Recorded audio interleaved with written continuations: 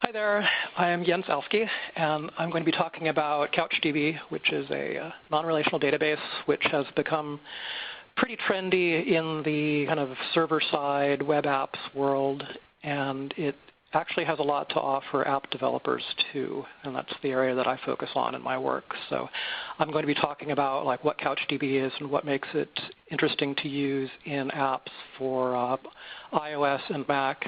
And Android as well. Actually, most of this talk is relevant to Android development as well, except for some of the last couple of slides. But here I'm kind of assuming that you are a Mac or iOS developer and know the basics of that.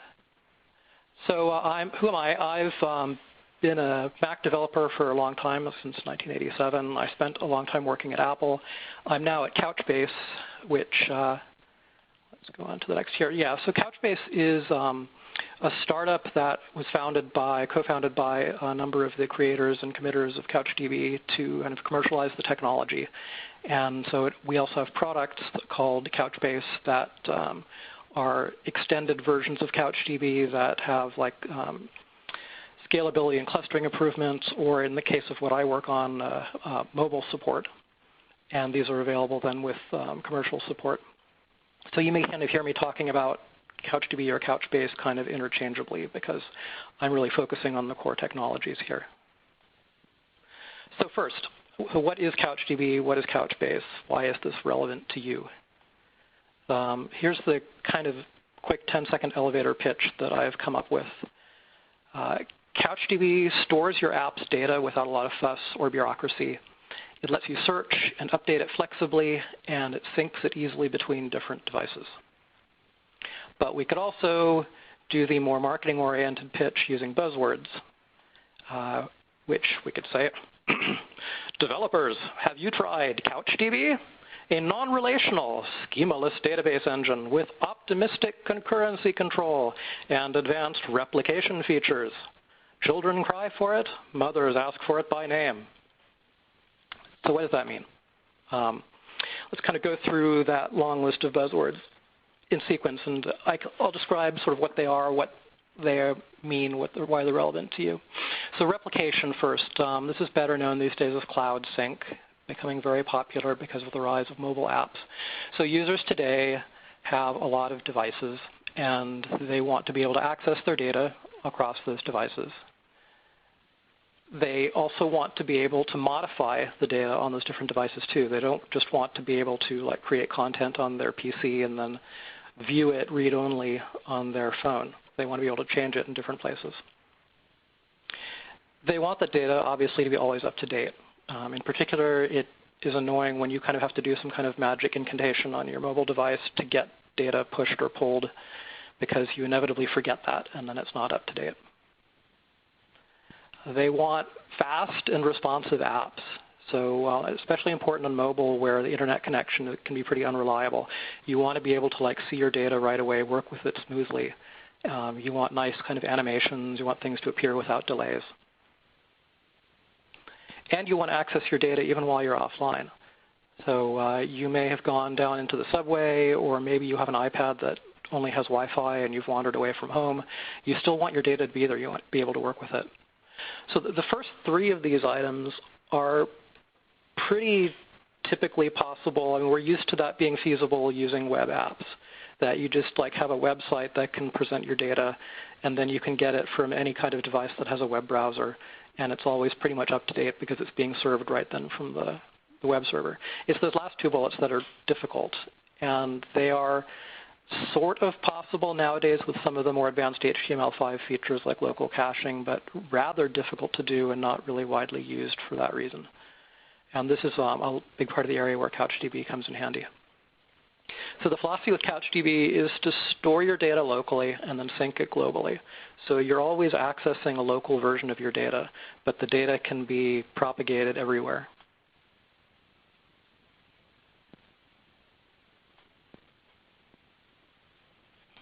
So as sort of a case study here, I'll talk a little bit about this app, Things by Cultured Code, which if you use a Mac or iOS device, you may be familiar with. It's pretty popular. It's a kind of to-do list, getting things done manager. And I absolutely don't mean to pick on it here. It is a great app. I was like one of the early users of it from the Mac app and the iOS app, it's really saved my life in a lot of ways. So it initially came out on the Mac. Then they came out with an iOS version. And the way that it works is that the iOS version will find your Mac by using Bonjour over Wi-Fi, and then they can sync data back and forth. But there's some limitations. So both of the apps have to be running. So if you don't actually go to your iPhone and bring up the app, it won't be able to sync any data. Two devices have to be on the same LAN, on the same Wi-Fi network. So you can't do this from remotely from a hotel room or something like that. And if you have multiple iOS devices, the topology is sort of restricted in that all the data syncing has to go through your Mac. You can't sync directly between two iOS devices, even if they're right there next to each other, unless your Mac is also local and turned on and running things. And the fact that this is a limitation isn't news, and the developers know this, and they've been working on this for a while. So they've been working on Cloud Sync. I think it's been at least 2, maybe 3 years since they announced that they were working on a Cloud Sync story for things. And so there was a blog post of theirs which came after a period of radio silence saying, it's been about 2 years since we first thought about the option to create a Cloud Sync solution for things. A lot has happened since then, and we learned many lessons. In the words of one user, our progress has been glacial.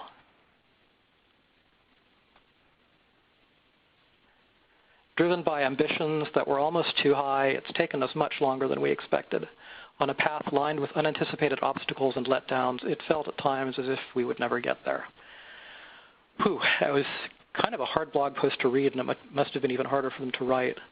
And the kind of saddest thing now is that this blog post is at this point almost a year old. It was posted in December 2010, and they have some betas out of the Cloud Sync, but nothing that's actually shipping and generally available yet. So they found the hard way that this is a really hard problem. So let's look at what happened here. As I said, data synchronization is a really hard problem, and it's one of those problems that you don't really understand or get how difficult it is until you've tried to do it. It kind of doesn't seem as though it ought to be that hard, just like a bunch of other things. Speech recognition doesn't seem like it ought to be that hard, or so on. There are a bunch of things that have to be juggled, like data integrity. Obviously, the most important thing is that you can't ever lose or mangle your users' data. And if you've suffered through some of the early versions of MobileMe or .Mac, you know what can happen there. I've had to prune out my address book several times because of problems with that. You need network fault tolerance.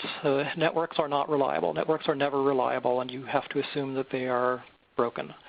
So even if the network goes down in the middle of doing a sync, you have to be able to tolerate that.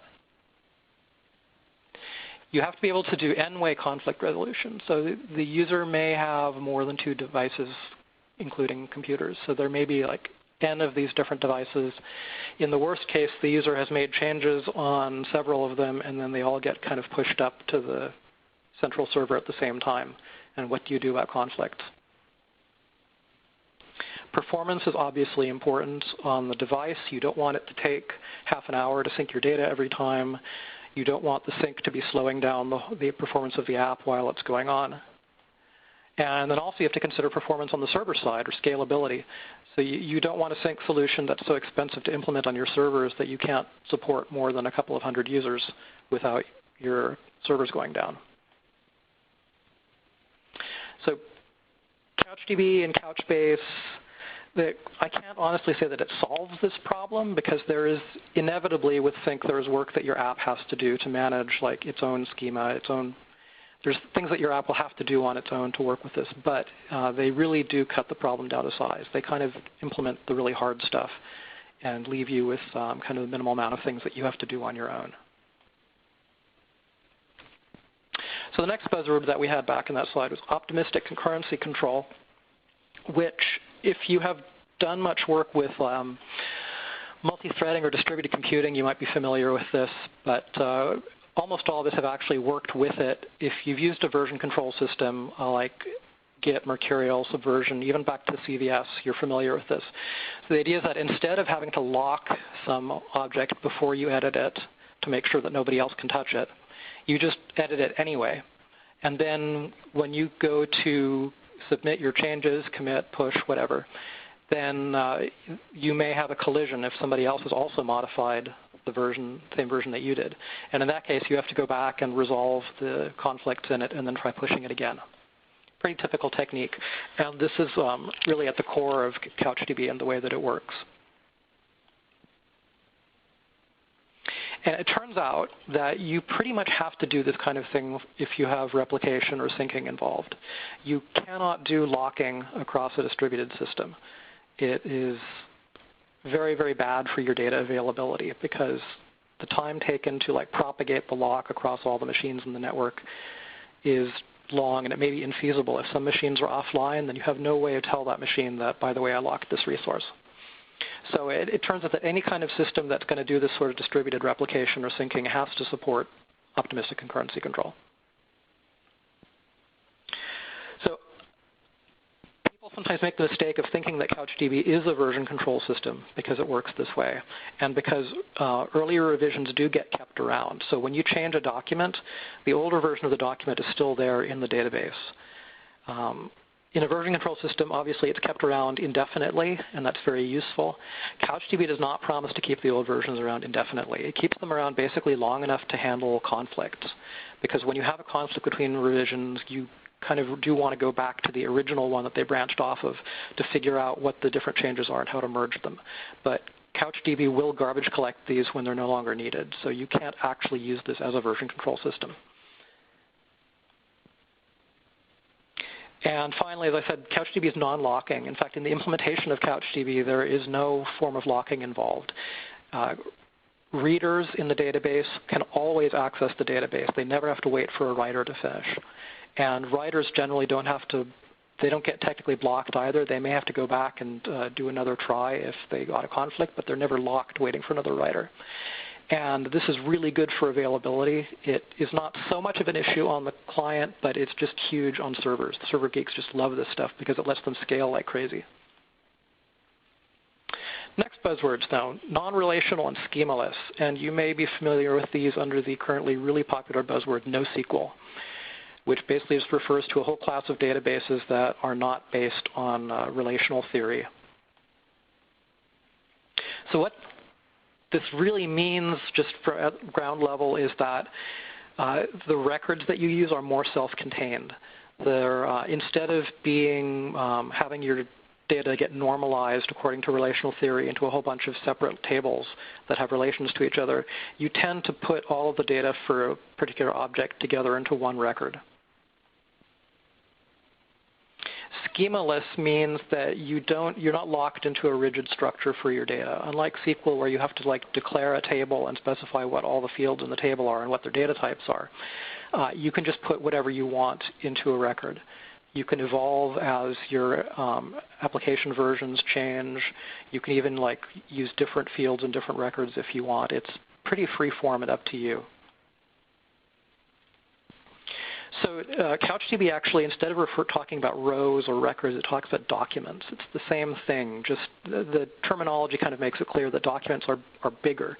You can put more of them into a row. They can store more stuff. They have more in them. A document is really basically a blob of JSON, which means that it's pretty much equivalent to a property list. If you're familiar with Cocoa property lists and how flexible and useful they are, basically the same thing. You can just no matter what your data is, you can sort of just structure it into a bunch of dictionaries, arrays, and store it that way. And there's arbitrary nesting. So let's look at scalability, sort of how CouchDB actually gets used in environments. This is the sort of traditional thing. This is where people usually think about databases being.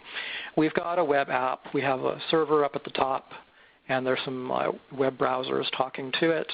And the server is using a big Couchbase server to store its data. Kind of three-tier architecture, right? You've got the database down there at the bottom. And this is probably actually a cluster of Couchbase servers that are acting together for high availability. User, of course, has no idea that there's CouchDB involved. They're just talking to a website. There's a sort of interesting technique that's being used these days in Ubuntu Linux and the GNOME desktop. What they do is they actually have a local CouchDB server running in the PC that's acting as a central store for stuff like address book, calendaring, other sort of user application data. And the local apps on your machine talk to this database, and they use it as their data store for that stuff. So it has this nice property that your email program can look at your address book. The address book can look at it. Either one of them can change it, and they can see the changes. It's sort of a common data store for that. And since CouchDB is really good at syncing, that data store can then get pushed up to a server in the cloud, which can back up all of your data. It can sync it between multiple computers, very much like the way what MobileMe does for Mac users. And then there's the mobile use case, which is really the one that I'm focusing on, in which what we have in our Couchbase Mobile product is a sort of mobile-optimized version of CouchDB that we've kind of packed down in size, stripped out unnecessary parts, packaged it up as a framework, and that actually gets baked into your iOS app, inside your app, and your app can talk to it sort of internally, directly, without needing to go through a network or anything, and use it for storing its data. And since it's CouchDB, it can also, over the network, over HTTP, talk to remote servers to sync data back and forth. The advantage being, of course, that if that remote server happens to go down, like you go into the subway, you leave Wi-Fi, or maybe just like your server is broken, you still have your data. It's there. It's sitting in that database inside of your app. You can still access it. You're just in this nice offline mode where the user can still do everything that they would do. They can make changes. And when the app comes back online again, it can sync those changes back up to the server. So these days there's kind of an obvious question. Okay, so Apple has this iCloud thing in iOS 5 and in macOS 10 Lion, and isn't this basically the same thing? Yes, it's similar in a number of ways, but there are actually differences, and of course I'm going to focus on the differences that are in CouchDB's favor. So iCloud has kind of two modes that it works in. One is that it syncs entire files, sort of like what Dropbox does. So it's not really like a database. It's more like taking an entire file and syncing it up and down. And if two computers have changed that file, you're going to have a conflict. So it's not that kind of fine-grained, record-based synchronization. iCloud does have key value pairs that it can sync, but these, like the documentation goes out of its way to say this is for small data. This is like for prefs. You're not supposed to store more than like, maybe 64K of stuff in here, so you're not going to want to use this as a database for your data store. It also has no form of indexing or anything like that. iCloud also has APIs only for Mac and iOS, so the client software is available on Windows that you can actually get access to your iCloud documents, but there isn't any API for Windows developers to access that. There's nothing for Linux. There's no sort of server-side APIs for it. It only syncs with Apple servers, so it kind of depends on how much you trust Apple, both in the sense of what is the reliability of their servers like, how much do you and the users trust them with their data? Like, is this confidential company data? Is this sensitive stuff? Are the users going to be okay with having Apple servers get access to it? It's also single user. So iCloud is really tied to your Apple account. And your devices can sync data, but there's no capabilities in there for syncing data with other people, for doing like collaboration apps or sharing calendars or anything like that. So it's really not flexible in that way. And also it's a complete black box inside. We have no idea what the data protocol is. We have no idea how it's implemented. It's not possible to see what that's like. It's not possible to extend it that way. So next, let's talk about kind of CouchDB and the structure of what it has in it, how it stores stuff. Really the basic unit here is the document. That's pretty much the main thing that you're concerned about. And remember, don't call them rows. Pro tip, the CouchDB nerds will laugh at you if you call them rows. So every document has an ID, same thing as the primary key if you're used to SQL databases. It is generally assigned by the server. The difference here is that the IDs are hopefully globally unique, or at least unique to all of the different machines or databases that you're going to be syncing between. So they tend to look like UUIDs instead of being small integers. The rest of the document is just a blob of JSON. That means it can contain strings, numbers, booleans, and then arrays or dictionaries of the above. Very much like a property list. It doesn't have native support for binary data or for dates, but that's pretty easy to work with. You just use base64 encoding for data and some kind of standard, stringification of a date. There are also attachments, which are pretty cool. So if you have a document that has a large thing in it, like an image or a movie or audio recording or something like that, you really don't want to be downloading that or fetching that into memory every time you operate on the document. So attachments are separate. When you get a document, you get metadata about the attachments, but you don't actually get the attachment data itself. You have to make a separate query to fetch the attachments. And that turns out to be very, very useful. So here's an example of a CouchDB document. It's got the ID up at the top, which is going to be some kind of typical random hex number. And the rest of it, I'm showing it here as a list of key value pairs. So it's a dictionary. We have a type field, which is sort of metadata that identifies what type of a document it is. This is useful because you can then have like any number of different types of documents in a database and then identify what kind they are and treat them separately. Now, this is sort of a to-do list item, so I've made up, we have a title property, we have a created property, which is a stringified date. We gave it a priority, a numeric priority. It has a list of tags, just as an array of strings. It's associated with a project, and presumably here the project is another document in the database. So we've made the reference there by just sticking in the ID, UUID string of that project. And then this field called underscore attachments that's metadata generated by the database itself that stores information about the attachments for this. And in this case, we have an attachment here, which is a JPEG file. And that could be fetched separately. Now let's look at representing the same kind of data if we had a relational database. So if we're using SQLite directly or MySQL, or if you're using core data, then you end up having to do this kind of structuring anyway because it's using a relational database under the hood. So the first part of it is pretty similar. We create this table, and here we have to declare in advance what all the fields in the table are going to be so that every to-do item is going to have this exact set of fields in it. These are just the basic kind of string, date, etc. fields. How about tags? So for tags, we have to add a separate table to contain the tag, which the tag is going to have a name, which is the string.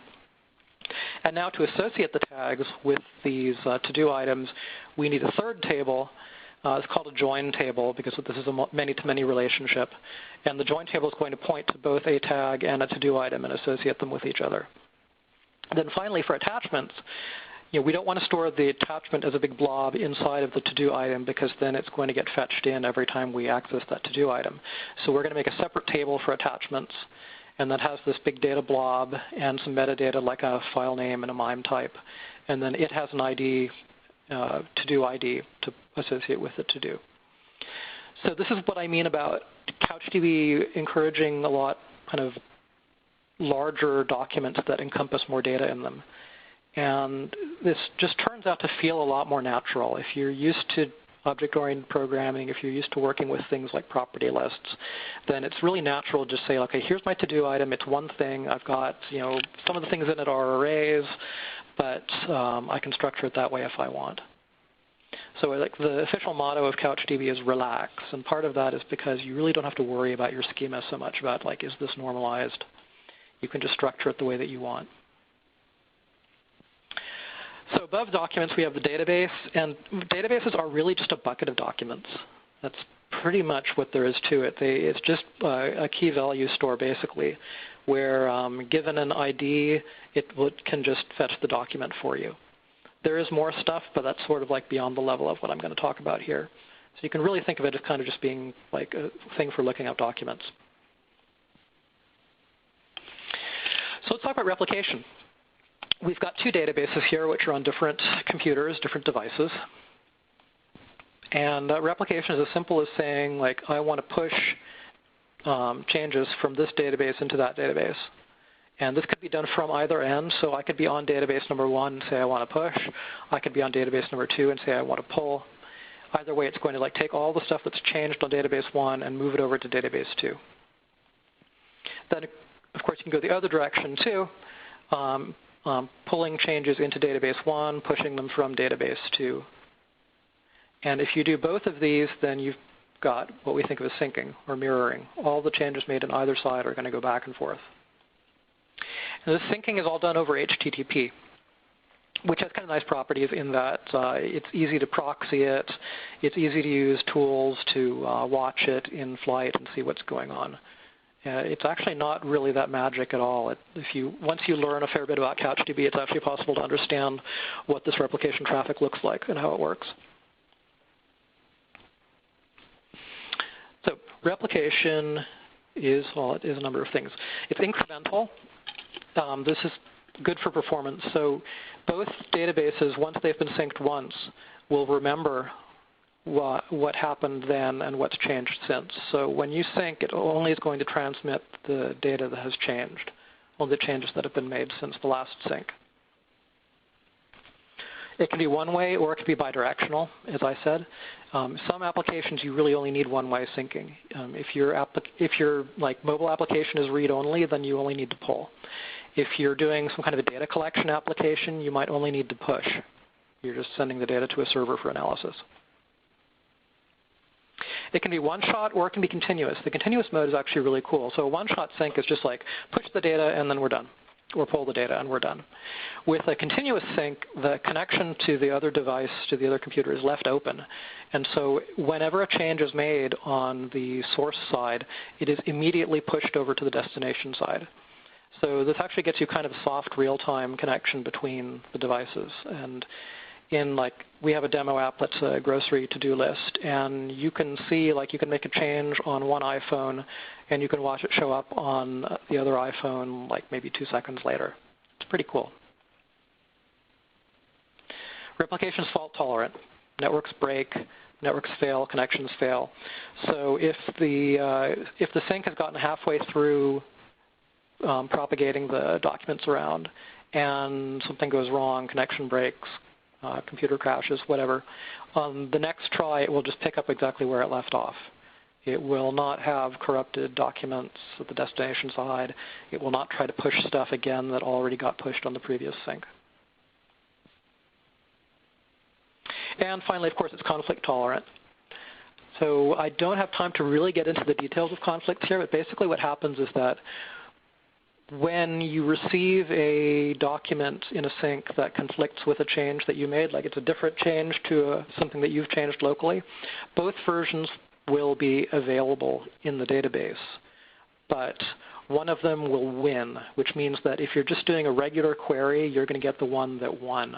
But if you explicitly ask for a conflict, then you can see both of them and then compare them and resolve the conflict.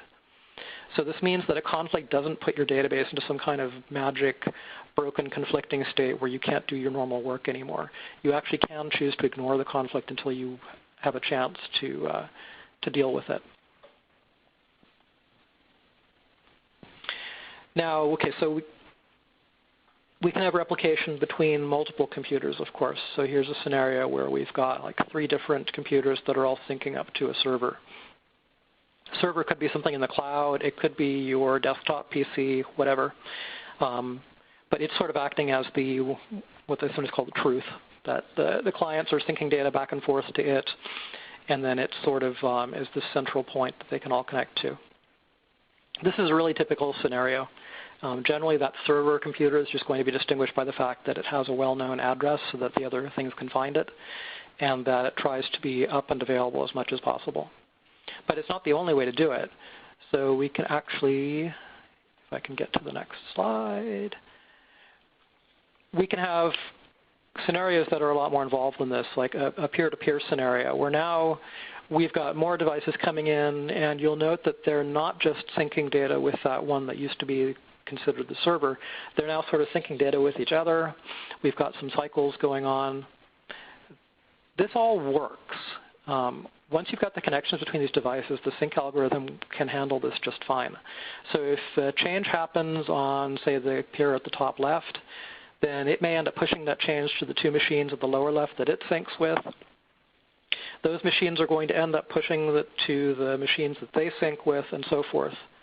And one of the machines, like the one, the former server one near the center, might be getting that same change reported to it multiple times from different peers as it propagates, but it recognizes that it's the same change and it doesn't get confused. It doesn't think it's a conflict. Everything just sort of flows around the way that you would hope that it would. So I don't want to imply that the peer-to-peer case is like purely cut and dried. It's sort of a possible scenario, but it has issues which I'm actually really interested in working on because I really dig peer-to-peer stuff. So some of the issues involved are like discovery. When the peers are connecting to each other, how do they find each other? Like how do they know what the URL is that they need to tell the sync to connect to? Bonjour obviously is really useful for this on a local network. On a wider area, it becomes a fairly difficult problem to know where the other devices are. Identification. So if you don't have a server, servers are really useful for like authentication, for handling user accounts. Like, I just register with the server, I give it my username and my password, I log in, and then the server knows who I am. If there isn't a server, then what do I use as my username? And how do I know what your username is and what it means? And then worse, like, if I create some content to put my username on it, then how do people know that I really wrote it and it wasn't just something somebody forged under my name? And if I create a document and it gets pushed to another machine and then that gets pushed to another machine and so forth, how can I ensure that nobody starts modifying it in transit? And the answer actually to both of those turns out to be digital signatures, certificates, key pairs, that type of thing. And that's something that I'm kind of actively working on in my spare time. And then there's performance. So the number of connections involved starts to become unwieldy as the number of peers increases. If you have every peer trying to connect to every other peer, that's an order of n squared problem in the number of connections, which is not good for things like network bandwidth. So there are various techniques that can be used to work around that. There's things called spanning trees, which try to figure out the minimum number of connections between nodes to make sure that the graph is still connected. This has been worked on a fair bit in some areas like ad hoc mesh networking. So there are solutions out there that work. Okay, next let's talk about actually using CouchDB. I'll assume that you're convinced, so where do you go next? There are a number of different forms in which you can get this technology. There's the core Apache CouchDB project, which is the open source project where all of this technology sort of comes from. This is available sort of as one size fits all. Like you download CouchDB, you build it, you run it. It runs on pretty much all flavors of Unix, including Mac OS X. It runs on Windows, etc. And support for it, as you'd expect with an open source project, is kind of on a volunteer basis, mailing lists, IRC channels, and so on.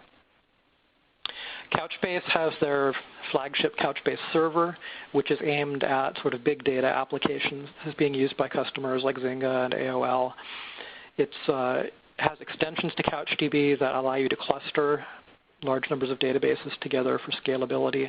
It incorporates some other technologies like memcached and membase, which allow data to be cached in RAM and be highly available. And this stuff just scales like crazy. It's really good for huge data applications. And then part of the business model is that you have commercial support. So you can actually pay and get really, really good 24/7 support from Couchbase for it. Then at the other end of the scale, there's Couchbase Mobile, which is the product that I work on, which is CouchDB scaled down to work inside of mobile apps. It can be embedded into iOS and Android apps. And this also has commercial support available for developers. But I must add, all of these are open source. So not just CouchDB itself, but Couchbase Server is open source. Couchbase Mobile is open source. The projects actually for many of these are up on GitHub. You can just use them freely as much as you want. You can fork them, etc.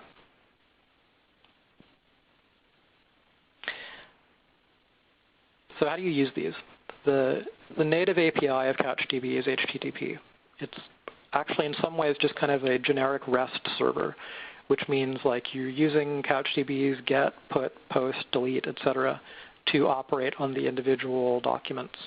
It's very nice. So if you're familiar with any sort of REST API like what Flickr or Twitter uses, then the CouchDB HTTP API is really familiar. And of course it's language agnostic. But there are also bindings to a number of other languages. For Objective-C, which is as a Mac or iOS developer what you're probably most interested in, we have an API called CouchCocoa that we've been developing for the last couple of months that provides a really friendly Cocoa-ish API onto this stuff. There's at least one other one I know of. There's a slightly older one called Trundle that's being developed independently. There may be others. JavaScript, so AJAX applications can talk directly to CouchDB, which is pretty cool. So you can actually have a web app that does almost all of its work client-side and just directly talks to the database from the browser using JavaScript to send those HTTP calls. And there's bindings to like a huge variety of other languages, Ruby, Python, C, Java, et cetera, et cetera. So installing Couchbase Mobile, I'm glossing over this here. The full instructions are on the website and in the README. But it basically consists of downloading this framework and dragging it into your Xcode project, and then tweaking a couple of build settings so that like the resources in the framework will get copied into your iOS app to be available at runtime.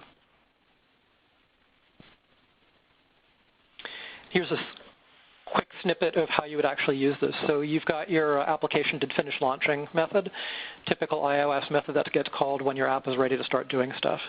And all it needs to do is tell Couchbase Mobile class to start up. So the database server, the CouchDB server, is going to run itself on a background thread inside your process, and it will notify when it's finished starting up and is ready to handle requests. So there's a delegate method, which you see down below, called Couchbase Mobile did start. And that will get called when the server is up and running, and you can start doing stuff with it. And it hands you an NS URL. So the server is running in your process, but since its native API is HTTP, it is actually sort of listening on a URL. And the URL turns out just to be on the loopback interface of the device. So it's not external devices can't see it. There's no way to connect to it from outside. It's only available to your app. Now, if you want to use the CouchCocoa API to talk to it, then what you'd do is you'd create a Couch server instance, passing in that URL, and then you'd ask the server you'd like to get a Couch database object from it. You tell the server to create the database. And these calls are asynchronous, so that wait call at the end tells it that we want to block until the database has been created. Then we'll create an untitled document. We'll create a dictionary, an NS dictionary in memory, shove that into the document, and then do a put. So it's pretty simple. If you're used to using property lists to store data for a Cocoa app, it's very similar to the way that you work with that. And then after the document's been saved, it now has an ID.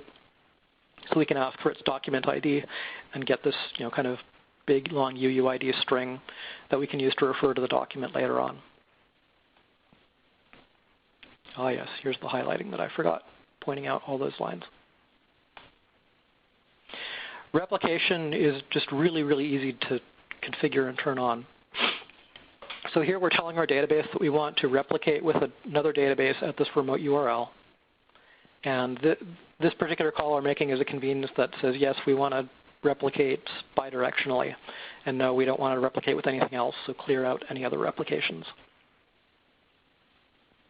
And once you've done that, that's it. The database thread is going to take care of finding that URL, connecting to the server, running the sync, and even updating it continuously if that's what you want. All you need to do is there's this Couch database change notification that will get called whenever your database gets changed as a result of these remote changes coming in. So if you want to detect these changes and go and update your UI, then you can listen for that notification.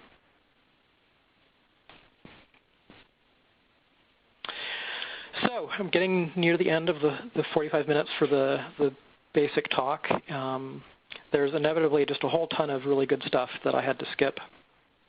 Fortunately, most of this gets covered in the O'Reilly book on CouchDB, which you can see down in the corner.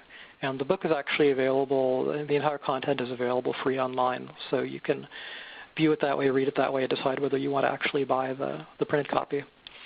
So what are some of these great things?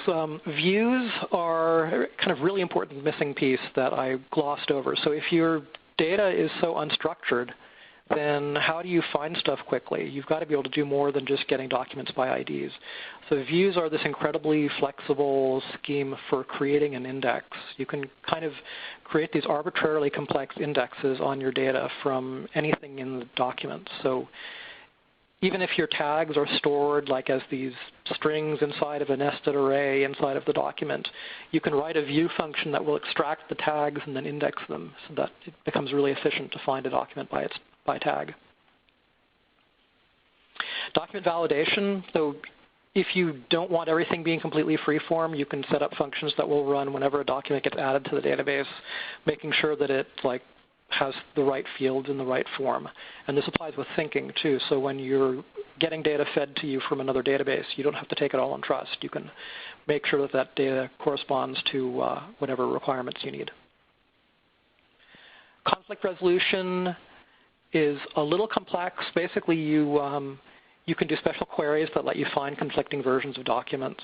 And then you can look at the parent version of the document that they came from, compare the changes that were made, come up with a new version of the document that incorporates the merge of all those changes, and then push that back. And as soon as you push back the new version of the document, that resolves the conflict.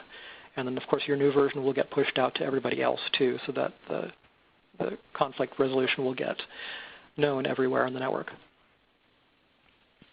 Couch apps are web apps that are served by CouchDB itself. Since CouchDB is kind of a generic HTTP REST server, it can actually act as a web server on its own, and you can actually put a web app inside of a database. You put the JavaScript, the images, other assets inside the database itself, and the CouchDB can serve the app on its own, which is really, really interesting, kind of a really quick, lightweight way of creating web apps. Permissions and security, yes, there is a security model. You can make it so that not anybody can access your database. You can make it so that not anybody can make changes to your database if you need to. Not so much of a concern with the mobile side because the database is only going to be accessible by your app anyway, but of course very useful on the server.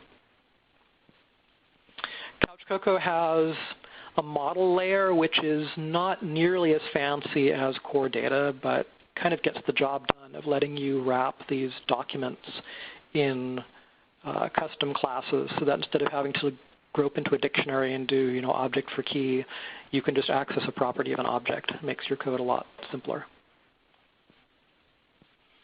The file format for CouchDB is really, really fault tolerant. If you are anything of a geek about file formats or things like that, it's pretty interesting to read about. It is basically indestructible. Even if your kernel panics in the middle of writing an update to a file, that's okay. The database is still intact, just that last document that was being pushed might not be there. And then finally, there's a geographic information system called GeoCouch, which is pretty cool, that lets you do queries on geographic data, like the kind of stuff that Google Maps does, or where you might have latitude, longitude coordinates in your database or lines representing roads, and you can do searches for what's nearby, what intersects this area. If you want to learn more, so one opportunity is CouchConf, which is a conference that Couchbase holds. There are They're all-day developer events. They've got lots of sessions. They've got lightning talks at lunch. There's a lounge where you can hang out with other developers and Couchbase people and talk, and there's a fun after party. And these are being held at a number of locations. We've already had ones in San Francisco and New York. The New York one was actually this week, I think. They're coming up in Berlin, Chicago, Bangalore, Tel Aviv, Tokyo, and there are going to be more scheduled after that. And you can go look at the URL that's at the top there to get more information. And I will repeat that URL at the end, too. If you're not going to go to CouchConf or just in the interim, there's a bunch of other places you can look at. There's the CouchDB website, the O'Reilly book about CouchDB. There's the download site for getting Couchbase Mobile for iOS. There's a Google group for talking about Couchbase Mobile. And then again, there's the URL for the CouchConf. And that is it. Feel free to email me or hang out on the Google group if you have more questions. And I'll also be taking some Q&A now. Perfect, Jens. That was a fantastic presentation, and we actually do have several questions that came in from the audience. Let me know if you can see them, and I'm sure folks will be thrilled for you to answer some of those. Yeah, okay. So I'm looking at the questions here, so I'll see how many of these I can go through. So first one, do you know how the recent change of Apple's policy toward the use of storage affects apps using Couchbase Mobile? I think this refers to there have been some changes and clarifications about which data that gets stored in your application's home directory will get synced, which won't. It seems like this has all been resolved. Initially, there was some concern about the amount of data your application stores that will get synced may be sort of limited. Apple would like you not to store gigabytes of data there because it overloads their servers. But on the other hand, it appeared that data that didn't get synced was all kind of treated as temporary cache that could get deleted. On further viewing, that some people found there are actually references in the docs that there are ways you can tag your non-synced data to flag it for not being deleted. And I don't want to try and remember what the magic suffix is on the directory name you use, but it's been posted, it's in the docs. If somebody really needs to know that for me, then you can send me an email later and I'll look it up. But it doesn't look like it's a problem. Okay, second question, can mobile Couchbase be used as a backend for core data, i.e. NS Atomic Store? That's actually a really interesting question, and we looked at it a little bit. There is, in fact, in Lion and in iOS 5, this new thing called NS Incremental Store, which lets you replace the back end of core data with some other type of database. So for the first time, you can actually, instead of using SQLite, use a different database there. And it looks as though it should be possible to use CouchDB there. To my knowledge, no one has gone further than just looking at the APIs a little bit. I think it would be rather a big job to do, and there might be impedance mismatches, I think, just in the fact that core data was written around the idea of and the constraints of a relational database. So some of the things like the data modeling, the way that you normalize your data into small pieces, may not fit that well with CouchDB. But it's something I really hope that somebody will pick up and explore. I don't know if we're going to be doing it at Couchbase. We don't really currently have plans to because we think things are working pretty well the way that we have them now. Let's see, next question. How is the remote DB URL configured? And does that point to your server instance of CouchDB on Couchbase or Cloud and Iris or whatever? Yeah, so when you configure the synchronization or replication, the URL you give is just the URL of that remote database. It's the same URL that you would give if you wanted to make a direct connection to CouchDB on that database. So yeah, if you have a CouchDB up on Cloudant or Iris Couch or whatever, these are both services that will host CouchDB for you. You can just point it up at that. It's really easy to do. Next question. Recently went through WebSocket features. Maybe WebSocket can make sync faster compared to HTTP, just a thought. There is actually a mode of sync that is similar to what WebSocket does. Let's see if I can explain it really quickly. So there are 3 ways to do the sync, the changes feed that the sync uses. You can either just ask for the changes as a one-shot HTTP request. You can use what's called a hanging get, where you tell the other server you want to see changes, and it doesn't actually send back a response until there is a change. And there's a third mode, which is more like WebSockets, where it's still HTTP, but it's using the chunked mode, so it will just keep sending back bits of data as they become available without ever finishing the response. And that turns out to be the best performing one. It gives you performance very similar to what you get with WebSockets. Next, can you talk about the details of continuous sync? Is it HTTP polling? How much data is sent to keep the connection alive? How scalable is the server in terms of the number of concurrent connections? I think, so partly I answered this in the previous answer, that the servers are using this, what's called the changes feed when they do sync, to get informed about what happens on the remote server.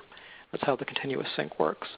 So typically the server is going to use the mode where it leaves the connection open.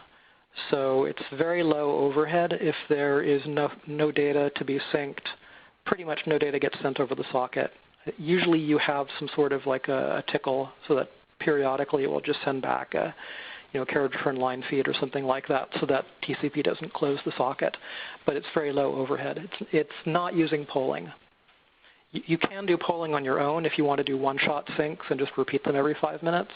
But if you're going to do that, it's more efficient to use the continuous mode. So how much data is sent? It's very little as far as I know. It's something on the order of a couple of bytes every couple of minutes. How scalable is the server?